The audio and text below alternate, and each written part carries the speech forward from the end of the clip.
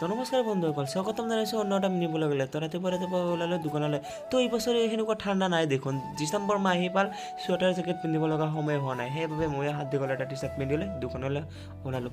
ঠাণ্ডা পৰক বা নপৰক, কিন্তু বেডমিণ্টন খেলিব লাগিব। কাৰণ নৱেম্বৰ, ডিচেম্বৰ, জানুৱাৰী মাহত যদি আমি বেডমিণ্টন নেখেলোঁ তেনেহ'লে কেতিয়া খেলিম? আৰু মে' জুন জুলাইতো বেডমিণ্টন খেলিব নোৱাৰি, আৰু সেইটো সময়ত ধুমুহা বতাহ হৈ থাকে এনিটাইম। তো আৰু বেডমিণ্টন খেলটোৱেই হ'ল ঠাণ্ডা দিনৰ বাবে। সেইবাবে আপোনালোকে প্লিজ বনাওক আৰু বেডমিণ্টন খেলক। তো বৰ্তমান সকলো ঘৰতে বিয়া লাগি গৈছে। আমাৰ যে কেতিয়া বিয়া হ'ব না বিয়া কৰিব পাৰিম। তো আহি পাই গ'লোঁ মই ধূপধাৰা বজাৰ। তো দোকান খোলাৰ আগতে কিবা এটা খাই লওঁ। আৰু এইফালে আছে পুৰি কিন্তু নাখাওঁ, মই খাব লাগিব ৰুটি, কাৰণ পুৰি খালে গেষ্ট্ৰিকৰ সম্ভাৱনা বেছি। আৰু এইটো ধূপধাৰা যিটো 2 লাইন হয় নেশ্যনেল হাইৰোডটো, বৰ্তমান 4 লাইনৰ কাম চলি আছে, লগতে অভাৰব্ৰিজৰ কাম চলি আছে। ওপৰেদি গাড়ী যাব পাৰিব, তলেদি গাড়ী আহিব পাৰিব, মানুহ চলাচল কৰিব পাৰিব, সুবিধা ভালেই হ'ব। তো আহি পাই গ'লোঁ মই দোকানত। আৰু এয়া আমাৰ লগতে ফিৰজ দা, লগতে চাচা। তো এতিয়া মই দোকানৰ চাটাৰটো উঠাই আপোনালোকক বাই বাই।